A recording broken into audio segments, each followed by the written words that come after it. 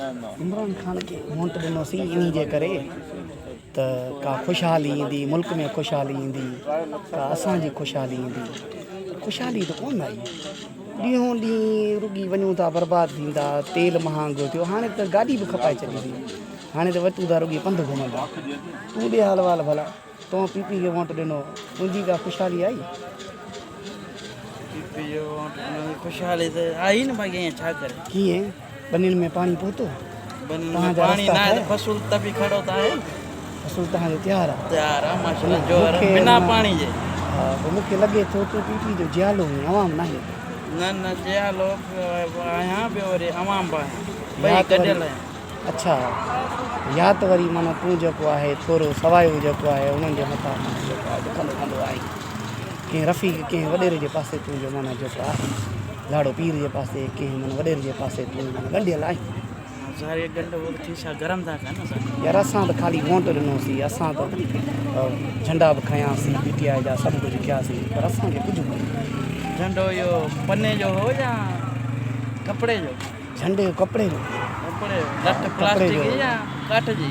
लठ लोही मज़बूत लठ खईंसीं, माना जेका हवा में ख़ौफ़ खां पोइ जेको आहे तव्हां ॾिनो कुझु ख़ौफ़ जे करे न, पर मां सम्झां थो त हुन मथां को ॾिनो हूंदो, पर असांजा के हेठां खाई विया। हेठां कीअं खाईंदा? हाणे हेठां ज़ाहिरी इमरान खान माण्हू त ईमानदार थो लॻे, कसम बि खणे थो, तकरीर ॿुधांसि थो त सफ़ा ठही थो वञा, ईअं थो लॻे को माना को उलिया थो गुफ़्तगू करे। बसि हाणे वक़्त जो वली सम्झो भला।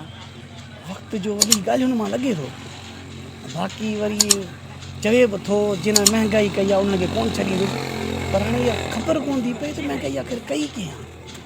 कई त असल में करप्शन आहे न। करप्शन वारा बि जेके आहिनि चवे थो ख़तमु थी वई आहे, पोइ बि जेको मुल्क खज़ानो ख़ाली लॻो पियो आहे।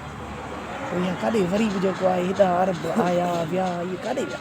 असल में छा आहे, जेके कमु आहे डॉलरनि जो, डॉलर जेके बि हुया न पुराणा सियासतदान सभु खणी विया, हाणे उन्हनि खे अचणु कोन था ॾियनि जो मुल्क में तरक़ी थिए वरी। पोइ तकरीर में चई डॉलर बि सस्तो थी वेंदो। हाणे त हुन वारी ॻाल्हि केकनि वारा डॉलर बि जेको 5 रुपए डॉलर हुयो उहो 15 रुपया थी वियो आहे। हो त अमेरिका वारो डॉलर त चढ़ी वियो आहे। हाणे ज़ाहिरी ॻाल्हि आहे, डॉलर जो अचे नथो त चढ़ंदो न। बसि पोइ हाणे कंहिंखे वोट ॾियूं हिन इलेक्शन में? इमरान खान खे ॾियूं, पीपी खे ॾियूं, ओड़े खे ॾियूं जेको असांखे ॻाढ़ो करे थो?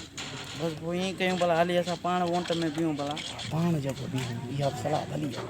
तूं MN जी सीट ते बीह, मां MP जी सीट ते बीह। हा, ईअं कुझु कयूं था, सही आहे। Subscribe to my channel and also press this bell icon.